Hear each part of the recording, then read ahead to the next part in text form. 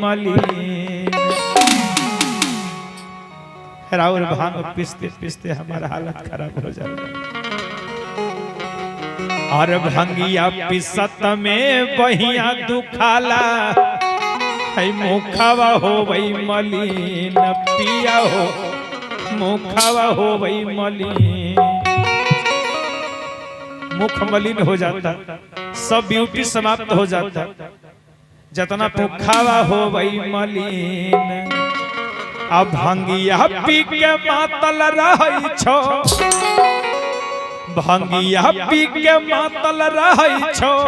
अब भोला रातो दिन पिया देने एगो कीन। कौन सी हो? पिया देने एगो कीन।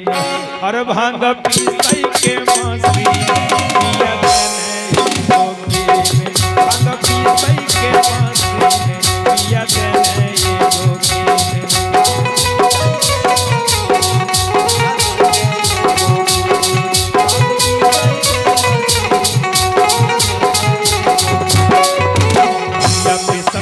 भैया तो खाला मुखावा हो गई मलिन। पिया हो मुखावा हो गई मलिन।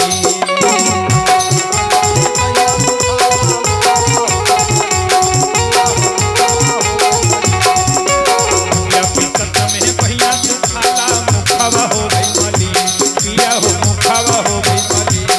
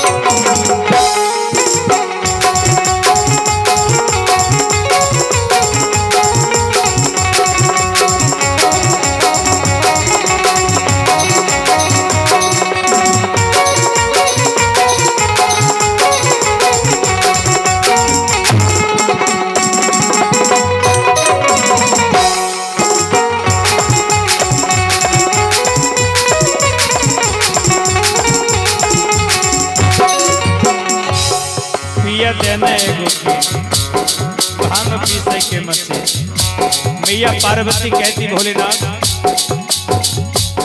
एक बात मेरी सुन लीजिए। नई हर में रहलो पिया बड़ी सुख पाइलो।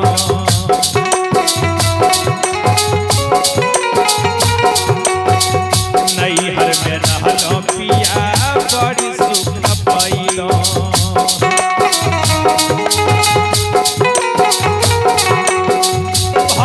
धतूर के हम हाल नहीं जानलो।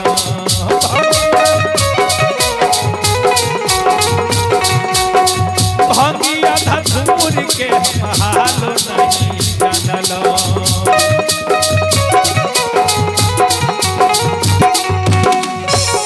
लेकिन जब से मैं आपके घर आई हूँ ना, क्या बताऊं। अरे भोरे फिसलियो कान्हे फिसलियो तैयो ने आवे छोनी। पिया हो तैयो ने आवे छोनी।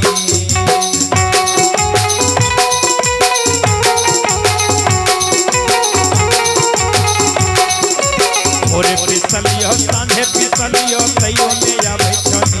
भोला हो तैयो ने आवे छोनी।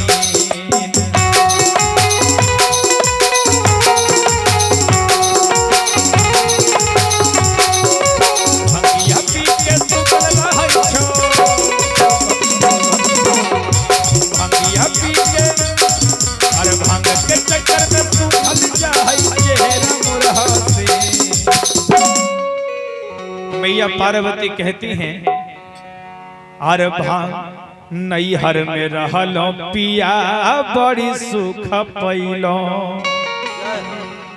अब भंगिया धतूर के हम हाल नहीं जानलो। लेकिन जब से आपके घर आई हूँ अरे भोरे पिसलियो सांझे पिसलियो तैयो ने आवे छनीन। और पता है आपको, अरे भांग के चक्कर में सूखल जाए और चेहरा मोर हसीन। पिया देने एगो पीन, और भांग पीसई के मसीन पिया देने एगो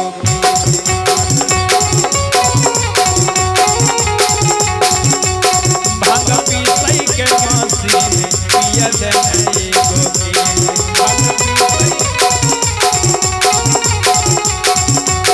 भांग पीसई के मसीन पिया देने एगो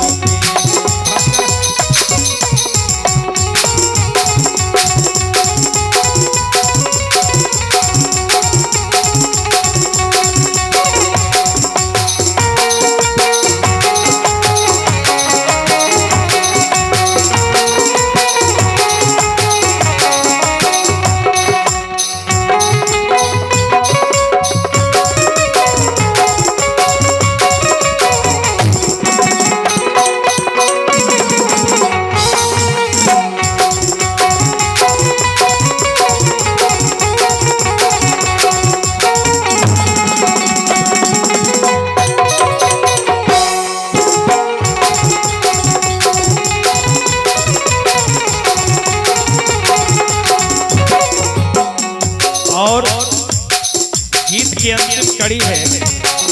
मैया पार्वती कहती है कि हे भोलेनाथ, ऐसन के जुग यही फैशन में आवा,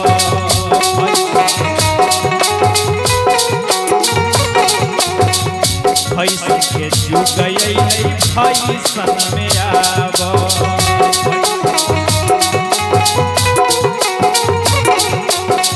टूटली मड़ैया छोड़ी महल बनावा,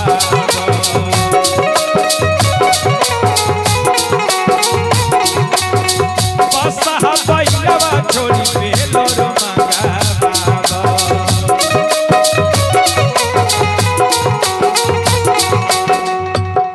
मैया पार्वती कहती है भोलेनाथ, सब कुछ बदल चुका है, जमाना बदल गया, जुग बदल गया, सन के जुग यही फैशन में आवा। आ टूटली मड़ैया छोड़ी शीशा महल बनावा, आ बसहा बैलवा छोड़ी बेलोर मंगावा। हे भोलेनाथ, अरे बालक बेदर्दी तोरे भगतावा भोरे